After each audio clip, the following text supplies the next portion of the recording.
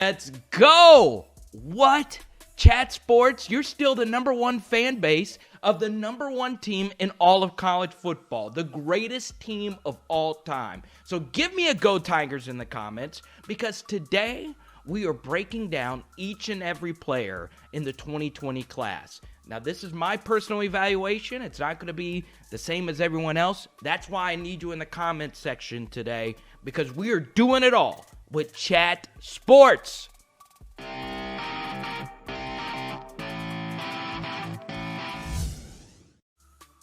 Let's go back over the past 5 years. You're looking at the recruiting class in the rankings right now. Notice the number that sticks out, that 15th ranked recruiting class in 2018. Lots of reasons why that class was so low. Obviously, the head coaching change was a big deal. There was a lot of transition going on under LSU. And let's be honest, outside of Marshall and Chase, there were a lot of whiffs, a lot of transfers. And when you look at that 2017 class, yes, that number 7 looks a little bit lower. But to me, that's probably the greatest LSU class ever. Each and every player hit for the most part. You had Jacob Phillips, you had Jacoby Stevens, you had Kayshon, Deculus, the list goes on. And because of that 2017 class, the 2019 class was so huge. Joe Burrow was a part of the 2018 class, but he didn't count for the rankings. And because there were so many whiffs, this 2020 class is going to have to step in and play right away. So, we're going to break down every prospect. Before we get into this, I need you in the comments section to let me know your individual evaluations for each and every one of these prospects. Of course, all of you love the number one ranked player in this class, Arik Gilbert out of Marietta, Georgia, the highest ranked tight end in recruiting ever. You can just look at his tape and see he is an alien. Like, there's no other way to describe it. I don't even know if you can even call him a tight end. LSU's going to line him up in the slot. They're going to line him up outside for jump ball situations. He's huge. He can get behind safeties. I mean, we're talking a transcendent tight end that has low bust potential and an extremely high ceiling. When I look at his tape, I would put him as a Julio Jones, but as a tight end. We're talking a transcendent, all-time great LSU player. I don't know if he comes in right away and becomes the guy that we expect him to. Give him 2 years, and he's going to be unbeatable. I can't wait to see him. Arik Gilbert, a guy that had Matt Ryan come to his high school to present him the Gatorade Player of the Year. This is a rare tight end. It's crazy that he's even coming to LSU. And whenever Ed Orgeron got him, I think even LSU was shocked. So we're going to spend the most time on Arik Gilbert because he deserves it, and he's going to be one of the greatest LSU Tigers of all time. I'm pretty confident in that. Now, for me, the player that's going to step in and start right away, though, is Elias Ricks, a 5-star corner, originally out of Mater Dei High School in California. He went to IMG Academy this past year, and I do think he ends up starting opposite Derek Stingley. They called him Mr. Pick 6 for a reason. He's a ball-hawking corner. Do I think he's Derek Stingley's talent or even Patrick Peterson's talent? No, but eventually he could be that. I do think he has Thorpe Award potential. So, Elias Ricks, big-time prospect for LSU. And the last of the 3 5-stars, Kayshon Boutte. I just love saying that. Boutte. 5-star wide receiver out of New Iberia, Louisiana. And it's interesting because this guy is the fastest wide receiver prospect that Ed Orgeron has gotten since he's been at LSU. His 200-meter time is ridiculous. We're talking faster than Alabama's Jalen Waddle. And if you ever watch Jalen Waddle play, he burns everybody. And I'd expect Kayshon Boutte to do the same thing. Now, when you're talking about the all-time fastest players, I'm only talking to my diehard LSU fans. We're talking Xavier Carter. Remember him, the track superstar that never really panned out? And then we're talking Trendon Holiday. Only those 2 players I can remember being faster than this kid out of New Iberia. cannot wait to see what he's going to do at LSU next year. And even though he's not an early enrollee, I do think he'll end up being a big-time prospect for LSU starting next season. Will he start at wide receiver? No, but I could see him returning kicks and being a huge factor on special teams.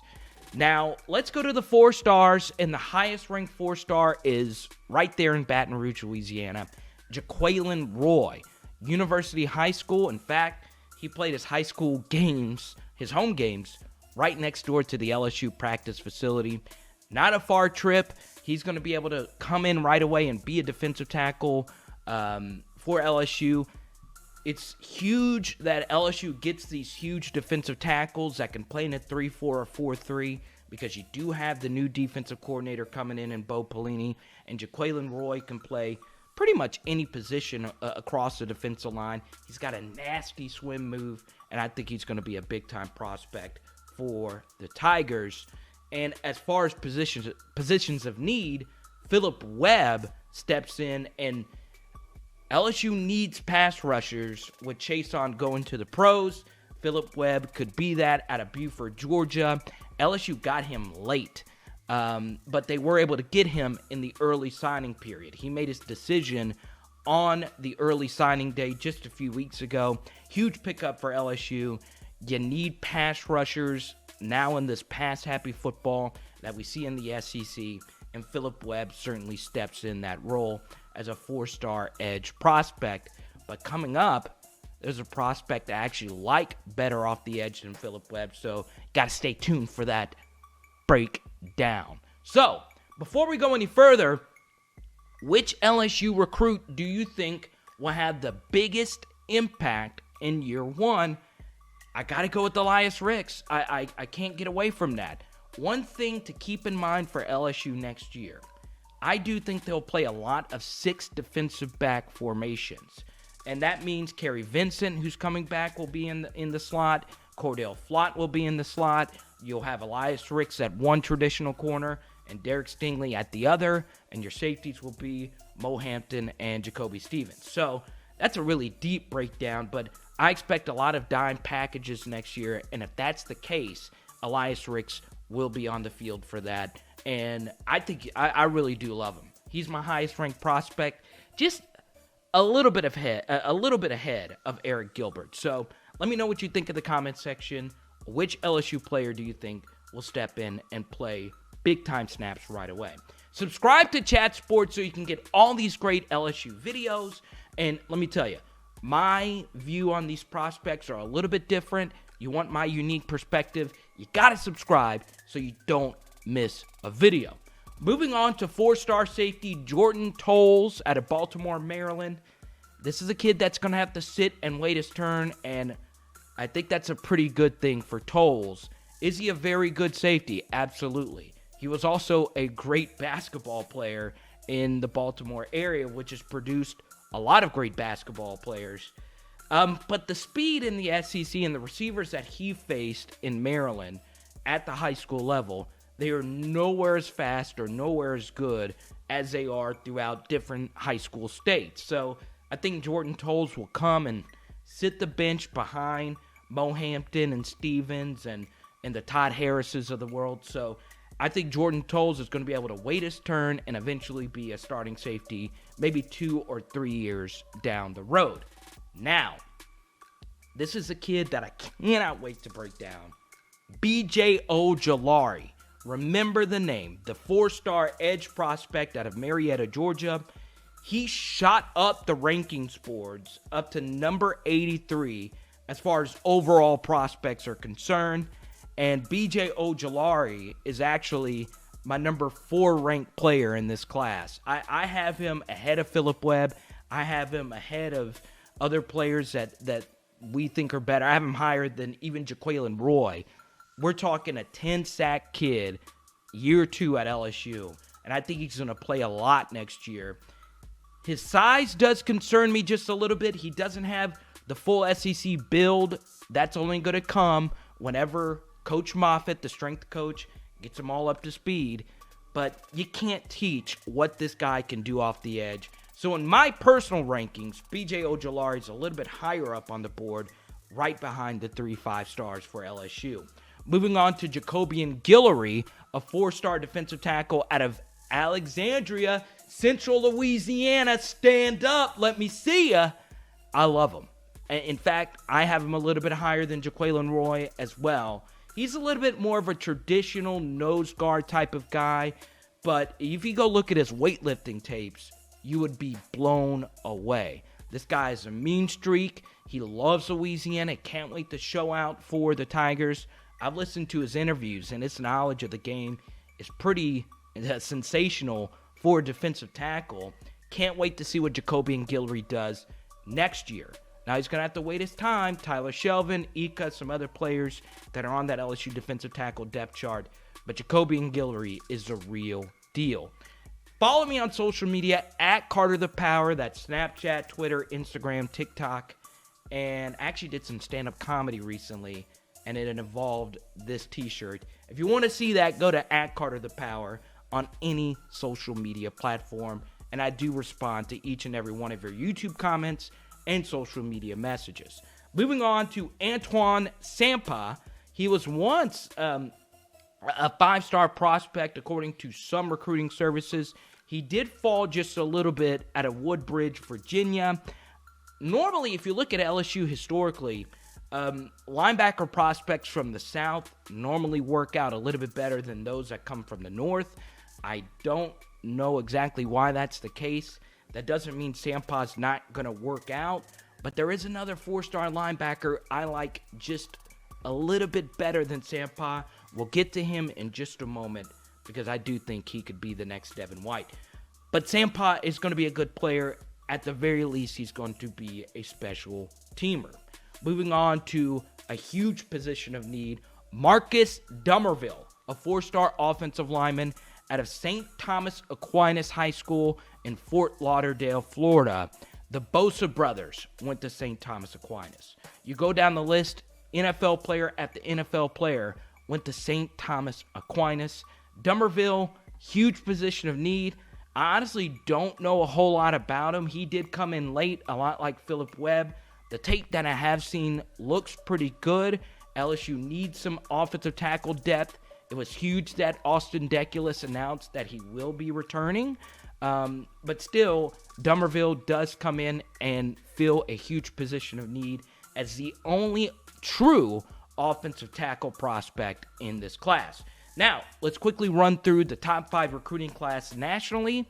Now, for me, this numbers, as long as you're in the top 5, is all that matters. But as of now, it's number 1 Georgia, number 2 Alabama, number 3 Clemson, LSU right there at number 4, and Ohio State at number 5. You don't see them on the picture, but 6, 7, and 8 is any combination of Auburn, Florida, and Texas A&M.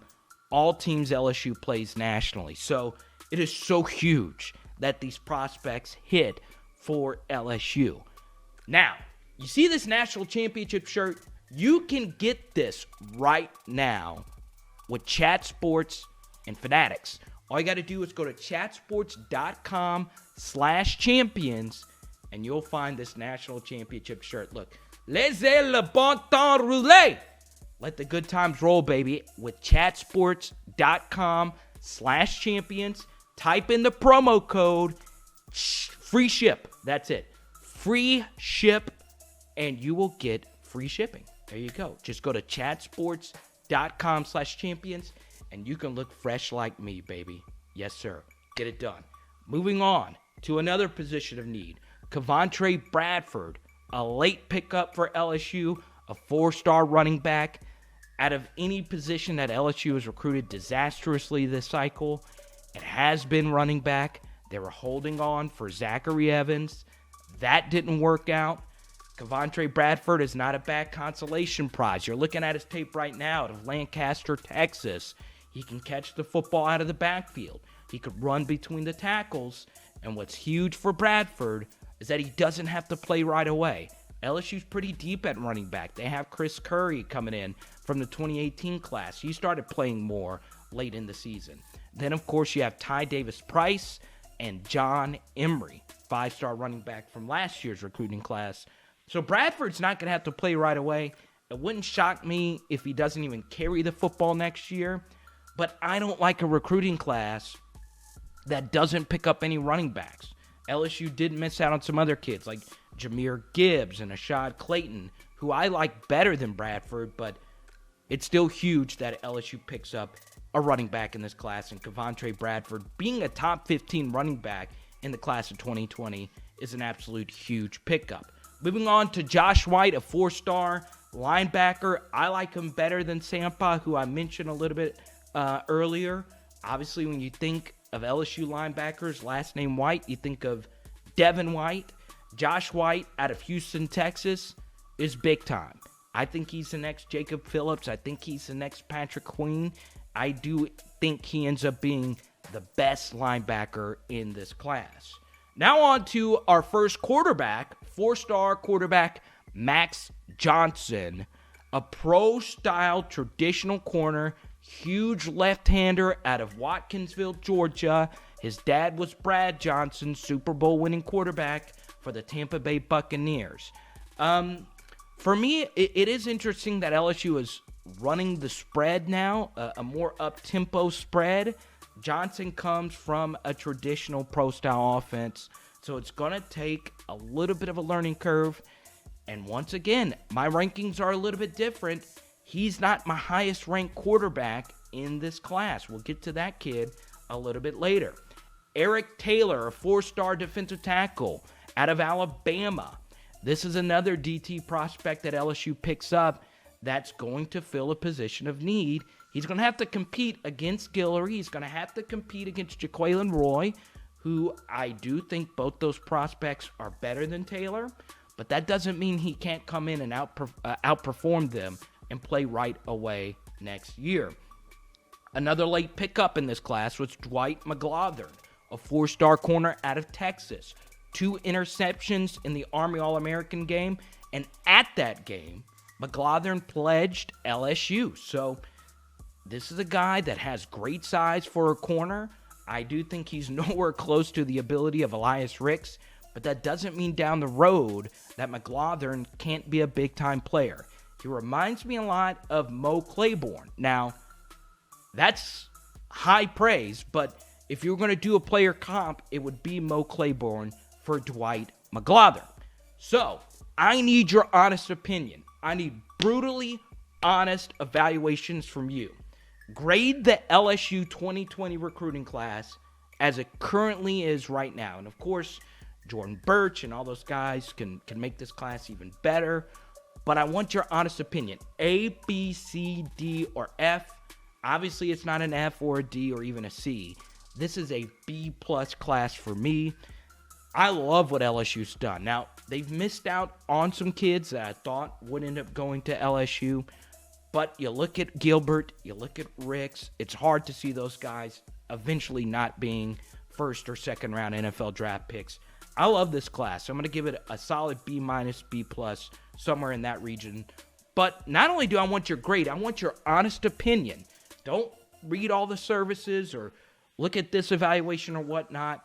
Let me know, is there a player that I'm missing out on that I may be over or under evaluating? Moving on here to the next player, it's Coy Moore, 4-star wide receiver out of New Orleans, Louisiana. Rummel High School, the last wide receiver out of Rummel High School that came to LSU, Jamar Chase. That worked out pretty well, didn't it? But when you look at Coy Moore, he reminds me more of Justin Jefferson. So maybe not a year 1 wide receiver, maybe not year 2, but year 3, year 4, look out for Coy Moore. That rhymed. That was kind of cool. 4-star cornerback Lorando Johnson out of Lancaster, Texas. Good player. You look at his tape, lots of press man coverage that he played in high school. But once again, I don't think he's as good as McGlothern or Ricks. 3-star tight end Cole Taylor out of Grand Junction, Colorado. A little bit more of a traditional blocking tight end type coming to LSU.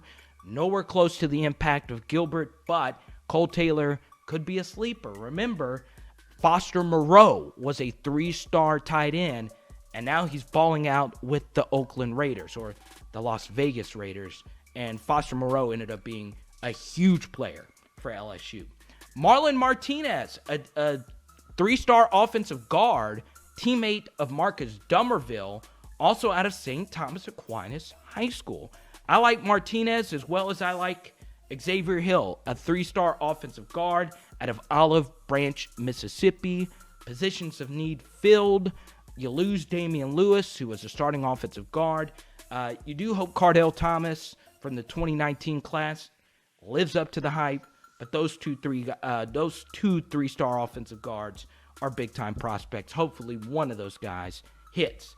Do you guys want more LSU videos? Type Y for yes, type N for no. This obviously is more of a broad overview of the 2020 class. We get more specific. I want to do a video each and every week, so type Y for yes. I want to do a video each and every day. Can't even talk right now. But give it to me right now, LSU fans, in the comment section. Moving on to my highest-ranked quarterback in this class, TJ Finley. 3-star, really?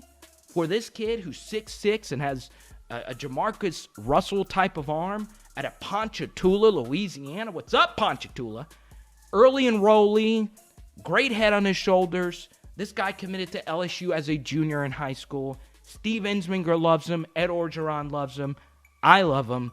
I think he's the best quarterback in this class. So you go back and look at TJ Finley's tape. You can see the arm strength for yourself. And from what I've been told, once he has come in and he's already practiced with the team, they were pretty blown away. And I've been blown away too just by watching interviews with this guy. I love him. Not a mobile quarterback, but a traditional pro styler. I still believe in that, and I do think he could run a little bit better than we possibly could even think. Moving on to Alex Adams, a late wide receiver a 3-star wide receiver out of Magnolia, Mississippi. Not a whole lot of tape of him out there. You never know with 3-star wide receivers. Justin Jefferson was a 3-star wide receiver. He could end up being a great player for LSU. I don't think he's nowhere close to any of the other wide receivers in this class, but you never know. Moving on to another 3-star, Ali Gay, a JUCO defensive end out of Garden City, Kansas. Could be a pass rusher that could step in right away and fill a huge position of need. Let's be honest, LSU just needs a pass rusher to step in for Kayshon, who's going to the NFL, to step in for all these other players. Divinity's leaving, so you need, hopefully, Ali Gay could step in and give you some snaps off the edge. Cameron Jackson, a 3-star defensive tackle. He's only listed as a defensive tackle. I do think he ends up playing offensive line somewhere. He's out of Haynesville, Louisiana. I've seen him play. I've seen him in person. I actually liked watching him play offensive line better than defensive line. Now, as far as this recruitment, it's been up and down off the field when it comes to qualifications and all of that. But Ed Orgeron loves this guy. Even though he's the lowest ranked player that LSU has by quite a sizable margin, I love him as an offensive lineman. I think that's why he's underrated, because most people are viewing him as a defensive lineman. So I do think he ends up being a starting offensive guard. I like him too, or offensive tackle, way down the road for LSU. Once again, the composite rankings. You see them for yourself. Georgia, Alabama, Clemson, LSU, and Ohio State. Because the 2018 class was with City, outside of just a few guys, this 2020 class has to step in and be ready to go because they just need it. Lots of attrition, lots of guys leaving, lots of coaches leaving. So this class has to hit for Ed Orgeron's future to continue to be fruitful. Let's get together right now at Carter the Power on social media. Don't forget, you can get this shirt right now. Go to chatsports.com/champions. What do you think of my evaluations? Give me your brutal, honest opinions in the comment section. Like, share, put it all over the place, this video. And I want to discuss in detail with my true LSU fans out there each and every prospect, okay? It's been Carter the Power on Chat Sports.